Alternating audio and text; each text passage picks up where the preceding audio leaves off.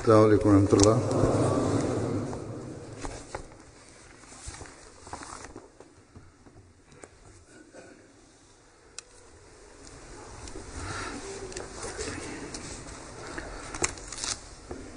أشهد أن لا إله إلا الله وحده لا شريك له وأشهد أن محمدا عبده ورسوله أما بعد فأعوذ بالله من الشيطان الرجيم بسم الله الرحمن الرحيم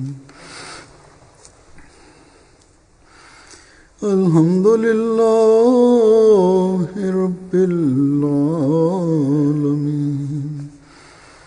الرحمن الرحيم مالك يوم الدين إياك نعبد وإياك نستعين اهدنا الصراط المستقيم صراط الذين أنعمت عليهم غير المغضوب عليهم ولا الضالين.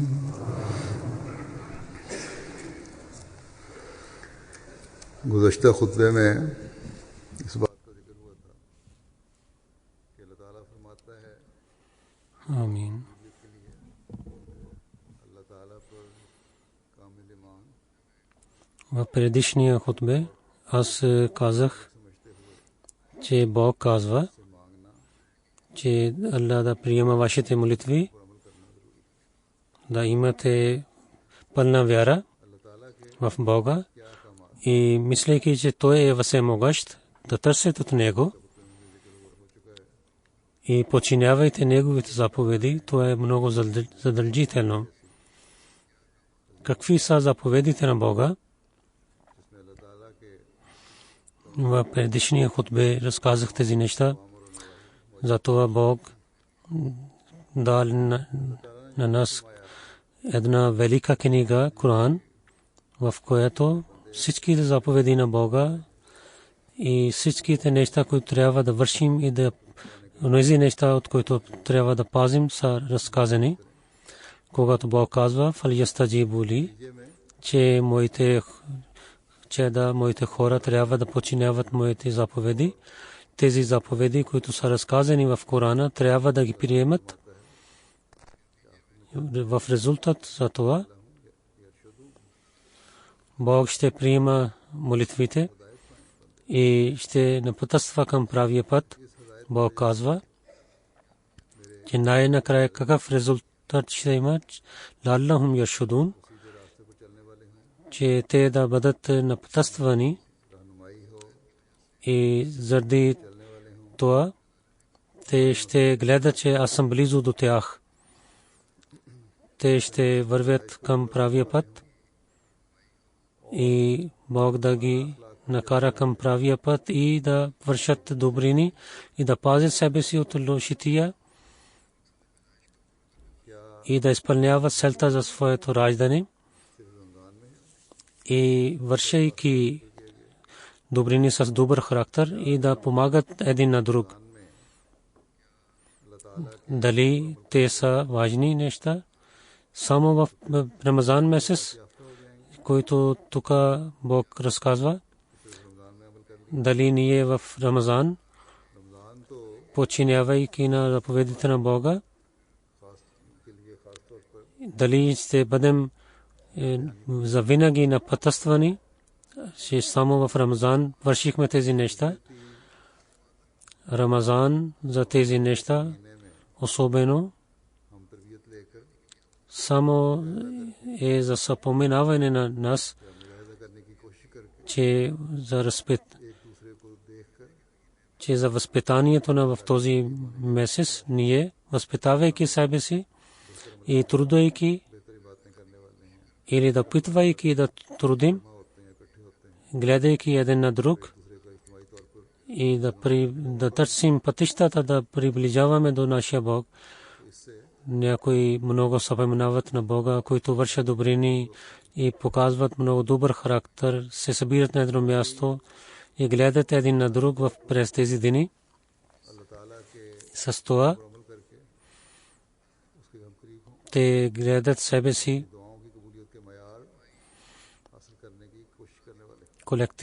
колективно и индивидуално, подчинявайки заповедите на Бога. Ние трябва да приближаваме до Него и така да получаваме, че Бог да приема нашите молитви, за да това, че постоянно и приближавайки до Бога и да поправим нашия този живот и следващия живот. В Корана много заповеди има, за които трябва да вършим или да не вършим. Бог ни е дал заповед, за който ние трябва да понякога и винаги трябва да ги повторим и четем. Сега избрах няколко заповеди. Най-основният заповед, който винаги трябва да гледаме и който на човека показва целта за неговото създаване, това е да служи пред Бога, както Бог казва.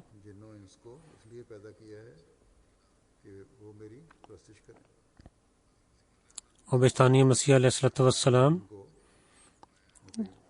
превод така прави за този стих, че аз на бесовете и на хората за това създадох, че те трябва да се молят на мен.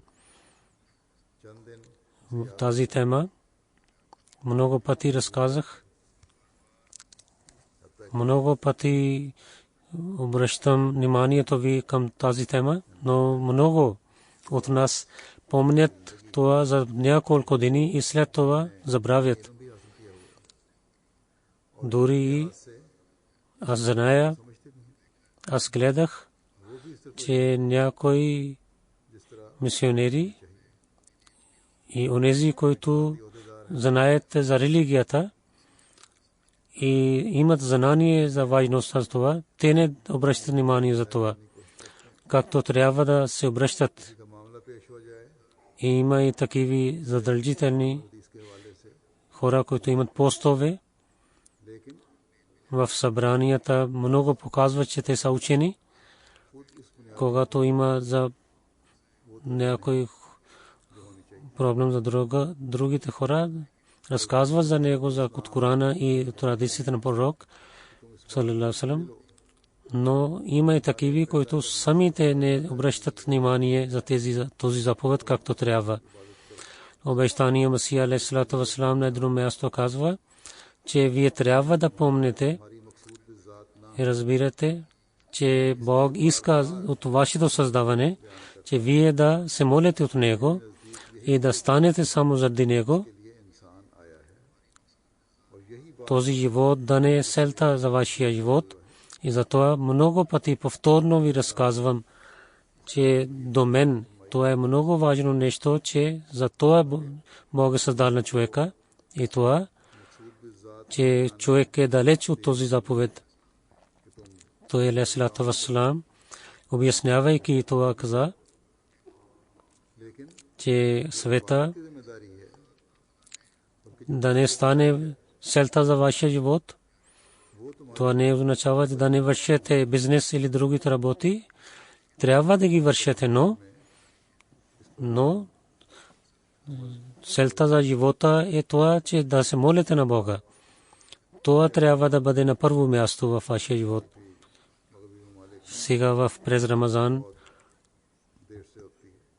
хората починяват този заповед. През нощта след Иша намаз в западните държави. Това много късно има тази молитва. Когато свърши тази молитва, стават 11 часа или 11:30 и някои четат трави намаз също. И когато спът в дома стават 12:30.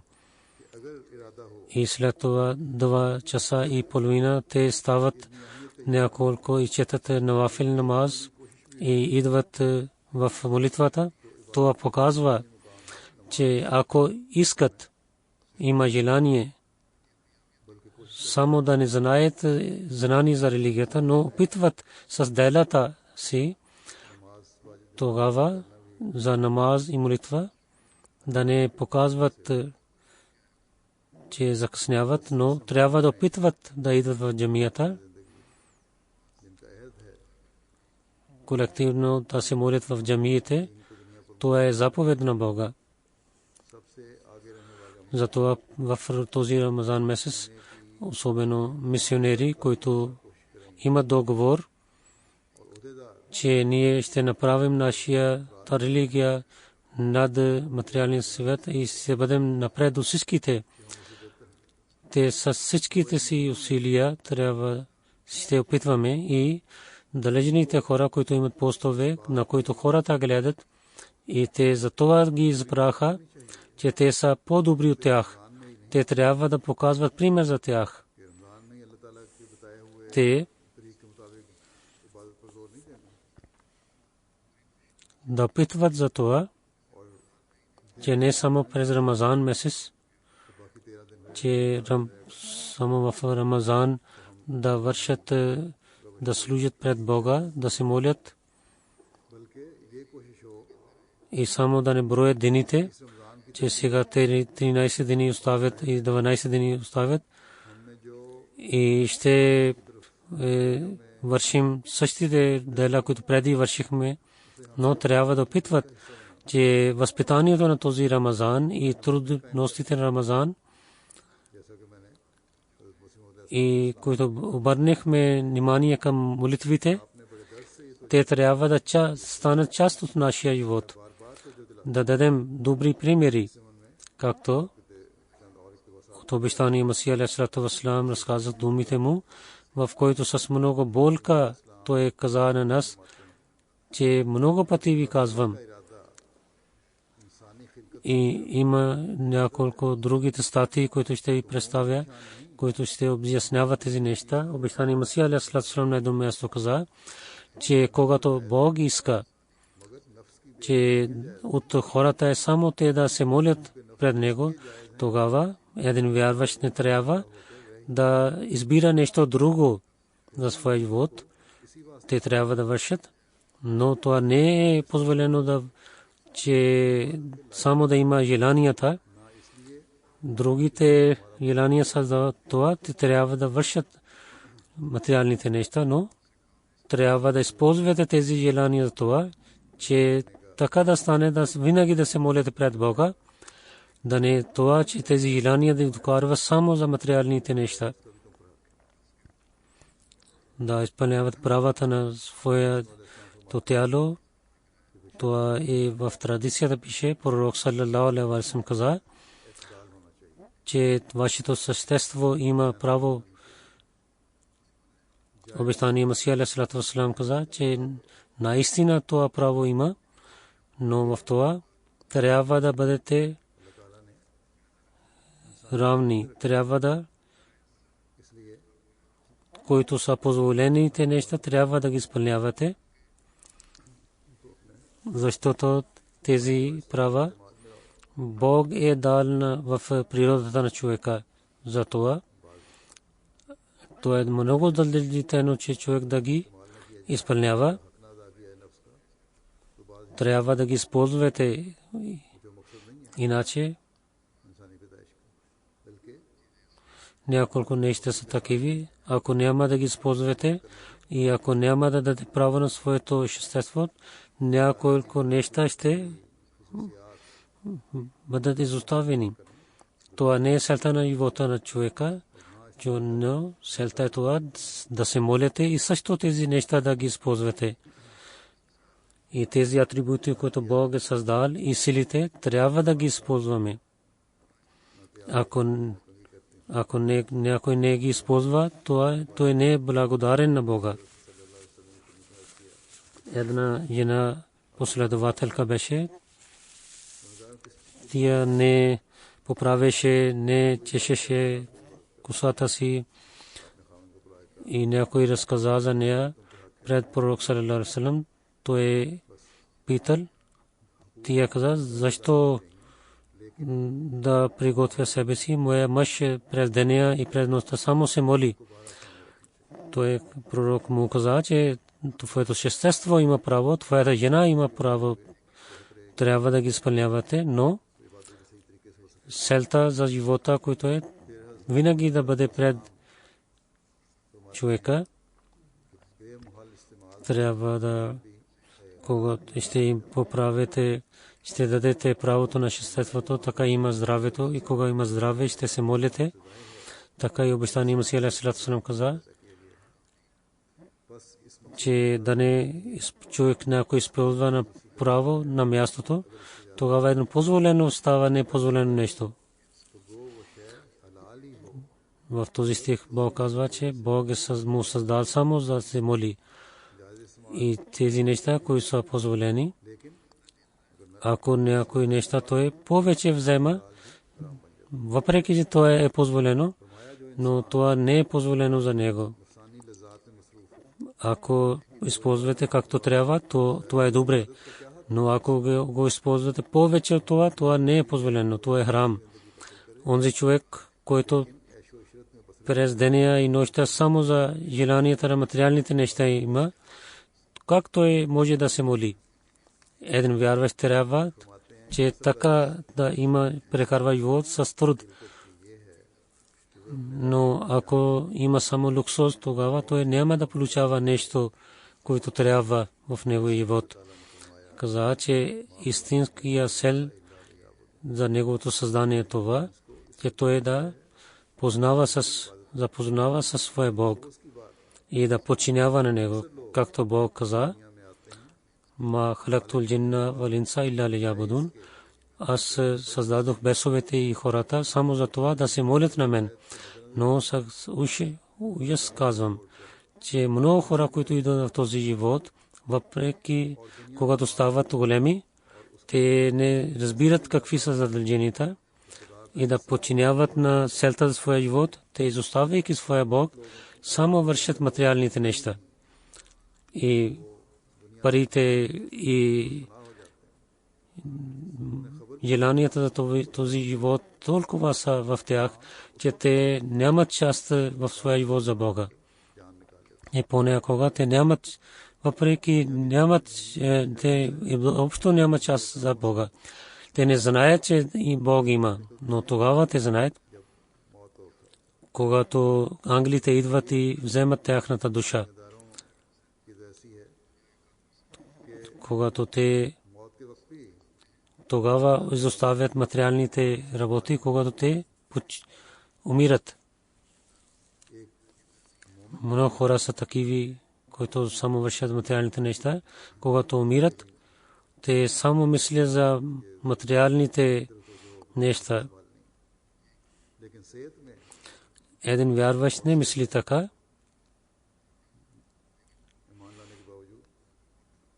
Но когато той умира, да се мисли само за материалните неща, но когато има здраве, много са такива, въпреки че те вярват, който забравяйки този цел, който е целта за живота, само търсят материалните неща и повече мислят за това. Затова всеки от нас трябва да мисли винаги за това, че ние да изпълняваме целта за нашето създаване и този Рамазан и след Рамазан нашето внимание трябва да се обърне към това да се молим пред Бога и джамията, да отиваме в джамията, винаги да гледаме този цел. Обещание Масих алейхи салам на едно място каза, че в сърцето на хора трябва да има болка, че той да има приближава до Бога. Трябва да има тази болка при него. Затова, че при Бога че той да бъде нещо скъпоценно нещо.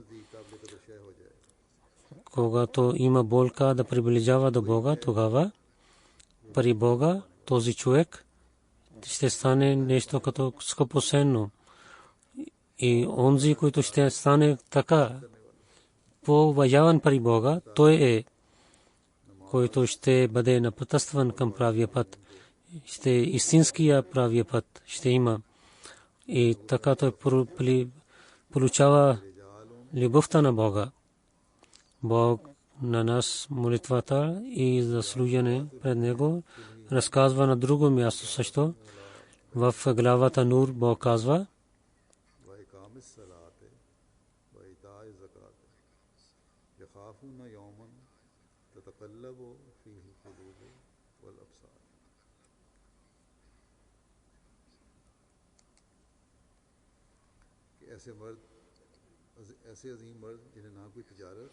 има такива мъже, велики мъже, че техния бизнес и други неща не ги забравят да се молят пред Бога, да дадат данъка закат и да се молят.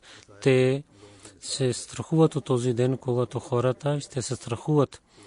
В този стих има пример за онези хора, както обещания Масия каза, че при Бога те ще бъдат велики хора и това нещо най-повече е дадено. Получаваха последователите на пророк саллалаху алейхи ва саллям, те станаха любимци на Бога и за тях пророк саллалаху алейхи ва саллям каза, че те ще бъдат показват на нас правия път. Вървете след тях. Обяснявайки този стих, обещания Масия алейхи салам каза, че за един човек в Тазкратул Аулия пише, един човек, че той много работеше, имаше много голям бизнес, имаше хиляди пари в негото ръце. Един набожен човек гледа на него и той знаел, че въпреки че той върши такъв бизнес, много пари идват при него, продава, много е заед със своя бизнес. Въпреки този бизнес, че много пари има в неговите ръце, той не беше неговото сърце съпонаваше на своя Бог. Той каза, че за тези хора Бог казва,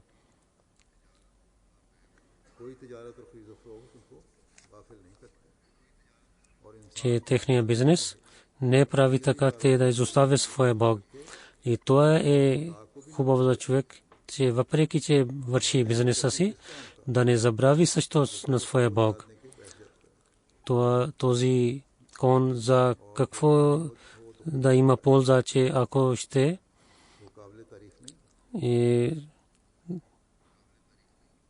когато е празен, това няма човек над него, тогава върви, но когато има нещо тежко, има такъв кон, който използват хората в планините, но онзи човек, който само се моли и да не върши бизнеса си, той е слаб. Целта е той да се моли, но трябва да върши своя бизнес също. И онези хора, които изоставят всичките своите работи, стават факир. Тези хора показват слабостта си. В исляма няма това нещо човек да изостави този живот. Да изоставя своите жени и децата, изоставяте своя бизнес, не е така. Но, че един човек, който е работник, трябва да върши своята работа, един бизнесмен трябва да върши своя бизнес, но винаги да гледа на своята религия. Това е условието. Има пример в този живот. Той каза, че има пример в този живот, че бизнесмени и работниците, въпреки че техния бизнес и работят с много добър начин вършат, но те имат семейства, децата и жени и ги помагат. На едно място има бизнес, на друго място има семейство. Изпълняват задълженията на децата и на жените. Тези неща вървят, двете неща вървят заедно. И така и един човек всичките тези работи, той може да изпълнява правата на Бога и правейки своята религия над материалните неща, с много добър начин може да прекарва своя живот, да спазва своите молитви. Бог казва: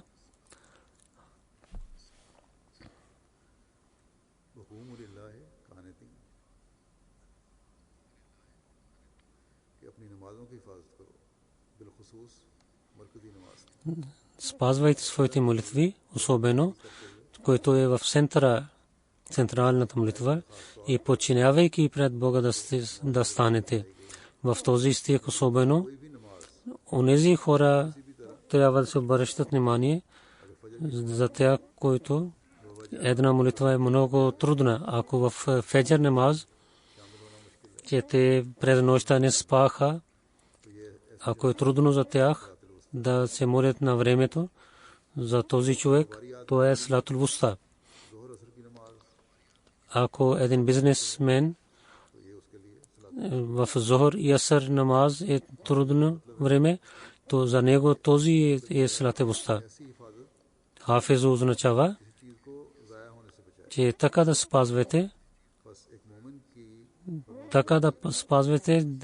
да не развали тази молитва и подчиняването това, че когато човек да се моли тези молитви на време и изпълнявайки правата на тази молитва да се моли, да не е така, че бързо да идва и да се наведа и се връща. Не така. В един друг заповед в Корана Бог казва, че да изпълнявате своите договори. В това тези договори, които са с Бога и с хората също. Договор с Бога е това, че тези договори са с религията. Ставайки мусулманин, особено ние ахмадите, които вярваме в обещания Масия алейхиссалату вассалам, ние сме в неговия бейт и този договор, който правихме с него, че нашата религия ще стане над материалния живот и че ще подчиняваме учението на исляма. Този договор правихме. Тези договори са, който обръща внимание, ще изпълняваме правата на Бога и така ще изпълняваме човешките права. И трябва да се обръщаме внимание към това. Бог казва: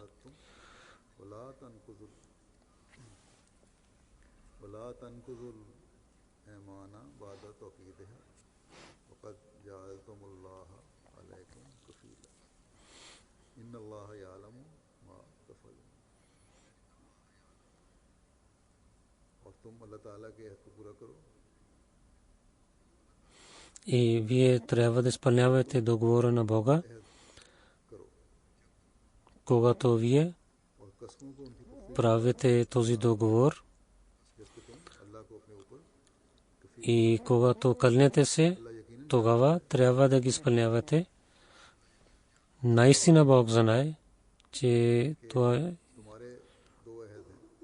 е много ясен заповед, че вие имате две договори, един с Бога, който е този договор ще вървете по пътя на исляма, и то е договор за байт. То е договор, че аз, ставайки мусулманин, ще подчинявам всичките заповеди на Бога.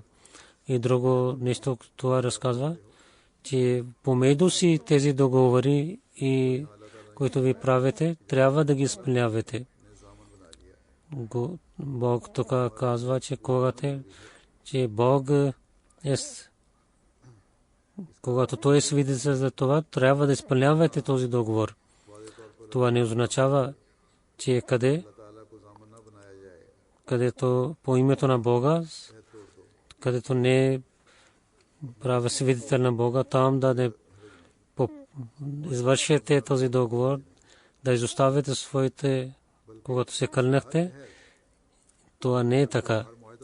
Но всеки договор, който вие правите,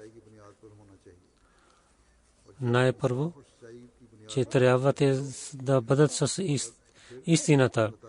А когато правите с истината, тогава заповед на Бога е, че така трябва да стане с истината, защото един вярващ трябва да бъде истинския човек и да справедлив, че дори ние кълне се в името на Бога и правейки свидетел на Него, дали ще правим договор или не. Но това е учението на Бога, че винаги да бъдете истински хора и справедливи хора. Затова, когато правите договор с истината и бъдейки справедливо, това ще бъде под това, че Бог е свидетел за това. Трябва да разбирате това, че един вярващ да изпълнява всичките своите договори и обещания.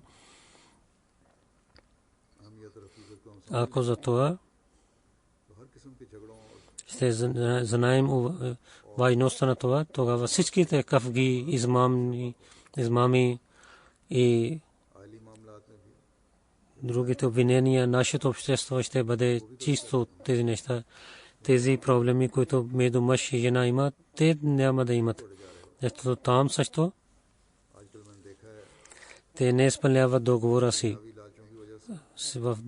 Сега гледах, заради алчността за материалните неща, те изоставят договор и измамят и не изпълняват договора на езика си и те са повече неща помежду нас. И тези неща не само това, че хората обвиняват на джамата, но такива хора, те изоставят своята вяра. Когато човек изостави своя договор, тогава той лъже. И за лъжа Бог с много строги думи каза, да се пазим себе си от лъжа. Бог каза,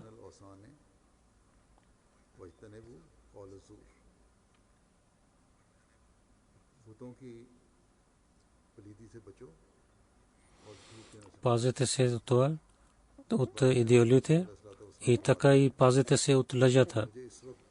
Лъжа, зато обещание Масия алейхи салам каза, че аз нямам нужда да ви казвам да не убиете на някой, защото който е много лош човек, никой не иска да убива на някой друг. Но аз казвам да нямате инат, да не бъдете справедливи и да изоставяте истината. Приемете истината, въпреки че ако е от едно дете. Ако едно дете казва истината, приемете. Когато гледате, че вашия против има истината, тогава изоставяте своите всичките неща, които вашия против, когато той казва истината, когато има кафки и карате се помежду си и другия човек казва истината, тогава да не се карате с него и да не показвайте, че вие имате много знание. Тогава приемете истината и приемайки истината, бъдете истинските свидетели, както Бог казва в Корана, че пазете се от идеолите и така и да се пазете от лъжата. Онова нещо, което обръща вашето лице против от киблата и където вие не се обръщате към истината, това е идеол. Винаги бъдете истинските свидетели, въпреки че това е против вашите бащи и приятели. Винаги да бъдете истински. Ние казваме това нещо на другите, казваме на тях, на другите, че това е учението на Корана, но много са от нас, които самите идват тези неща за тях, те забравят. На друго място обещание Масия алейхи салам каза, че който се навежда пред идолите, Бог казва, това е като лъжа. И лъжата е като пред идолите, когато човек се наведета. Изоставяйки истината, човек прави своята лъжа като идеол. Затова Бог е правил тези неща равни. И той е дал пример, както един човек, който се навежда пред идолите, правейки идол, отива при него и се навежда пред него и се моли на него и се искам прошка от своя идол и така той ще прощава на мен. И човек, който лъже, той прави един идол и той мисли, че чрез този идол той ще бъде спасен. Ако ще лъжа, и тогава ще имам успех. Колко лошо тази работа, че когато казват, защо се навежда пред идолите, изостави тази мръсотия. Те казват, защо да изоставим тази мръсотия? Нямаме начин да оставим. Колко са некисметливи тези хора, че те лъжат. Но аз ви казвам, и наистина ще победи истината. Той ще победи, който е истински човек. Винаги да приемете най-лошото е лъжата. Хората, материалните хора казват, че които казват истината, те имат проблеми. Но аз как да ви казвам? Аз имах 7 ялби против мен. И с благословието на Бога. Една дума не казах лъжа в тези ялби. И някой казва, аз да имам сражение в тези неща. Винаги има победа. Може би ще има, че той да наказва на някой истински човек. Няма да стане така. Ако така ще стане, тогава в съвета няма никой ще казва истината. Ако истинските хора ще получават наказания, тогава няма никой ще казва истината. Тогава хората ще отказват от Бога. Истинските хора ще умират. Така, това е нещо, че онези, които получават, разказвайки истината, имат наказание. Това не е заради истината. Това наказание е те са за тези техните съкритите лошития и греховете. Това е наказание за другите лъжи. Защото пари Бога, Бог има всичките неща. Той знае техните всичките грехове. Те получават това наказание за тези неща. Затова пред Бога винаги, навеждайки с преданността, да търсим прошка за нашите грехове. Че нашия Бог да нямаме наказание от Бога за нашите скрити грехове. За хората, които богобоязливи, един знак е за тях,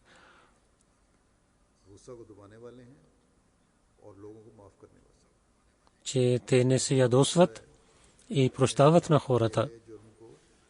Афа означава, че който някой върши срещу тях, ако нещо, те забравят винаги за това. Богобоязлив е той, който не само не се ядосва, също има сила да прощава на другите и така да прощава, че онзи, който върши против мен нещо, да забравя това нещо. Обяснявайки това, че каква има полза да не се ядосва, обещание Масия каза, трябва да помнете, че разум и когато човек се ядосва, то е са против неща. Когато се ядосва, тогава няма разум. И човек, който не се ядосва, тогава Бог дава светлина на него.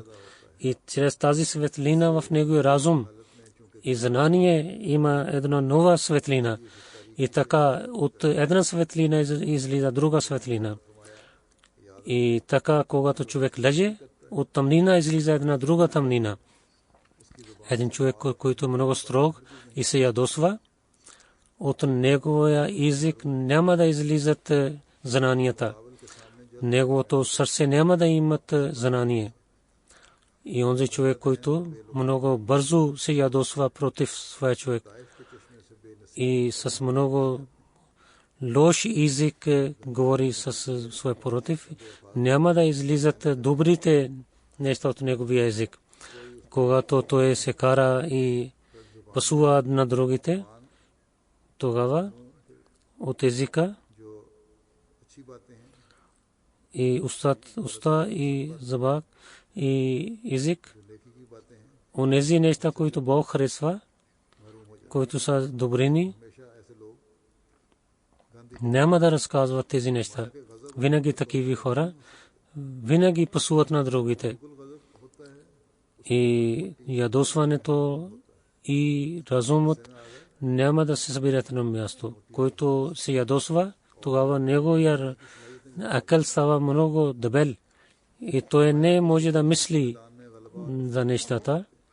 Каза, че той няма да има победа в никакво поле. И се ядосване става човек като люд, и когато става такава нещо, тогава той показва, че той не е разумен човек. Човек трябва да използва всичките своите сили на мястото, където трябва. Например, ако той иска да се ядосва, когато той става повече ядосен, тогава той ще стане люд. В лудостта и в се ядосване няма разлика. Много малка разлика има. Онзи човек много се ядосва, той няма да разказва добрите неща. И ако той е против, тогава той повече ще се ядосва. Ако се ядосвайки, да не се говорите, трябва да с много добър начин да говорите с своя против. И заповедите на Бога, където въдигат над нашия характер, се обръща нашето внимание към това и дава светлина на нашия разум също. И много враждебност и вреди човек се пази с това, с които се ядосват и които имат кавки, те винаги имат вреда, нямат полза от тези неща. Обещание Масия алейхи салам казва на едно място, две неща, атрибути са такива, които направят на човека като люд. Кои са тези две? Едно, човек, когато не мисли добро за другите, и друго, когато се ядосва. И когато те стават много силни неща, тогава човек става люд. Затова много е задължително човек да не мисли лошо за другите и да не се ядосва. Човек трябва винаги да се пази тези неща, да не мисли лошо за другите. Как да се пазим, да не мислим лошо за другите? Бог дава заповед в Корана.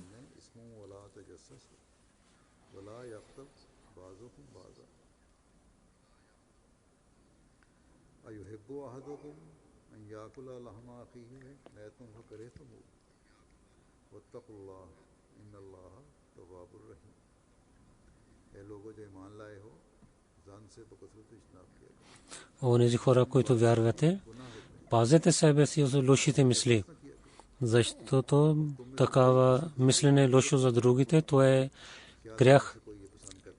И никой не трябва да говори в невидимото на против своя брат.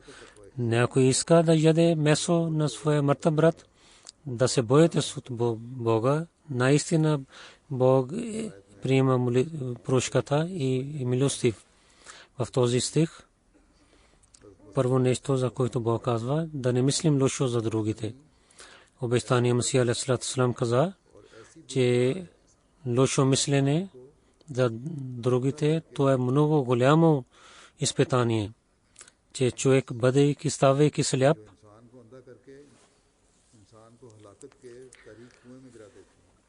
правейки на човека сляп, го хвърли в едно тъмно кладенец.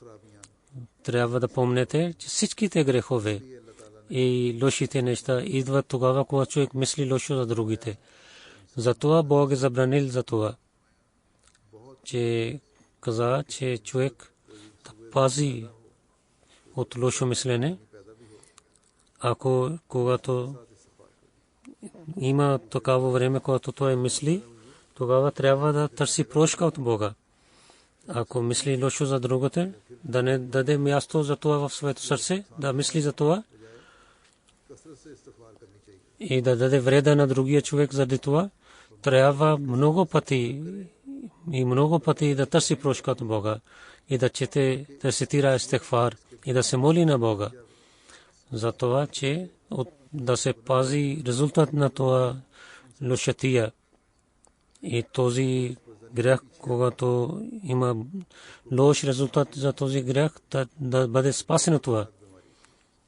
Да не мислите, че това е малко нещо. Много лоша болест и друго нещо,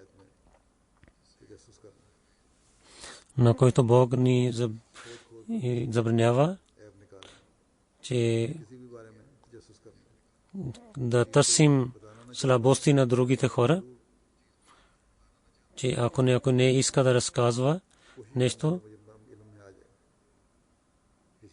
и човек да опитва да знае, че какво има при него, това е забранено. Така греховете излизат. Третия заповед, да не говорите зад гърба на своя брат.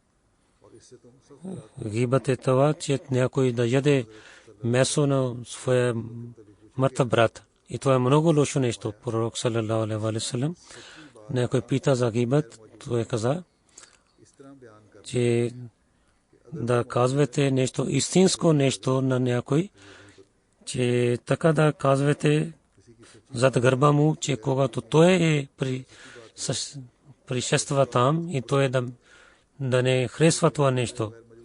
Истинско нещо, което той не харесва, и ако някой говори зад гърба му, и това е гибът. И ако е лъжа, тогава това ще стане, че той обвинява на него. То богобоязлив трябва да пази от тези неща и да върши тези неща, чрез които има проблеми, и нито да прави гибът и другите, и така и другите грехове. През Рамазан месец, когато ние искаме да станем богобоязливи, да получаваме неговата близост и да гледам, че нашите молитви са прияти, тогава трябва да пазим от тези грехове и да опитваме да изпълняваме всичките заповеди на Бога и трябва да опитваме. Нека Бог да ни даде възможността, че ние така да правим, че подчинявайки него всичките заповеди да получаваме неговата близост и след Рамазан месец тези добрини да бъдат с нас и истинските вярващи трябва да станем и винаги да съвършено да подчиняваме на него. След намаз има невидимото джаназе, който е мъченик. Господин Чодри Халик Ахмад Сахиб, синът Чодри Башир Ахмад Сахиб от град Карачи. 49 годишен беше той. 20 юни през нощта 9 часа и половина и влизайки в неговия клиник, стрелиха на него, така да стана мъченик на лилах ва инна илайхи раджиун. Чодри Халик Ахмад Сахиб. Той имаше клиник до своя къща. В този ден, след да отваря постията, той дойде на своя клиник. Там той гледаше на болните хора. 9:30 двама човека дойдоха и пострелиха на него и така избягаха. 2 стрели бяха в неговата глава, 2 в гърдите. Близите хора, някой каза в вашата дом, неговото дете дойде с колата и така докараха на него до болницата, но преди той да пристигне до болница, той почина. Инна лилляхи ва инна илайхи раджиун. Карачи в Гулзар में в 25 май някои хора също убиха на Мукаррам Дауд Ахмад Сахиб. Този мъченик, неговият дядо стана Ахмади. В неговото семейство първо дойдоха в Гокувал, тогава Рахим Яр хан и след това Хошаб, зела Сангад и село Ахмадпур. Той се ражда 1966 година и след това преселил в Карачи. Тук върши медицинска диплома в една лаборатория той работеше и също така той работеше в своя клиник в вечер и след това той изостави своята работа и така той само работеше в своя клиник. Мъченик имаше много добър характер, много проповядваше в клиника си, той също проповядваше на неамадите. Колективно се молеше молитва, много добър милостив човек беше, се молеше навафил.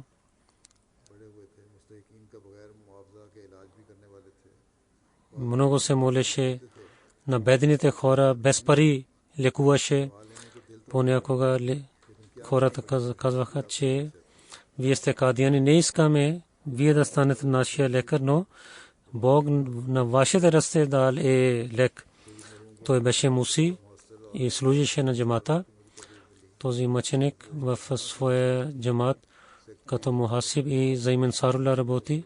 От 18 години беше секретар за вакфе, но така работеше на децата от началото. Неговата жена каза, децата също каза, че от началото той така направи, децата спазваха своите молитви. Винаги 5 молитви спазваше на време. Винаги рецитираше Коран Карим. Слушаше хутбето на Хазура и казваше на децата да слушат. И сутрин и вечер винаги гледаше МТА. И МТА е най-добрият начин, ако искате да има възпитание в къщите. Винаги помагаше на другите хора в мохаллата. Неговия жена каза, един път гледах, имам 9 чаши за шербет. Казвам, какви са? Някой каза в съня, че най-хубаво нещо, което има в света, това е шербет. Когато той стана мъченик, то е шербет, за че той стана мъченик. И тези, другия мъченик също беше в същото шосе. Тези 2 чаши бяха. Той изостави брати и сестри, жена. Едно дете е студент в Джамия Ахмадия, Рахик Ахмед. Той учи в 3-та година в университета. Шумайла Ахмед е 16 годишна. Нека Бог да увеличава неговото място в рая и неговите деца и другите роднини да ги даде търпение и те да продължават да вършат неговите добрини. Амин.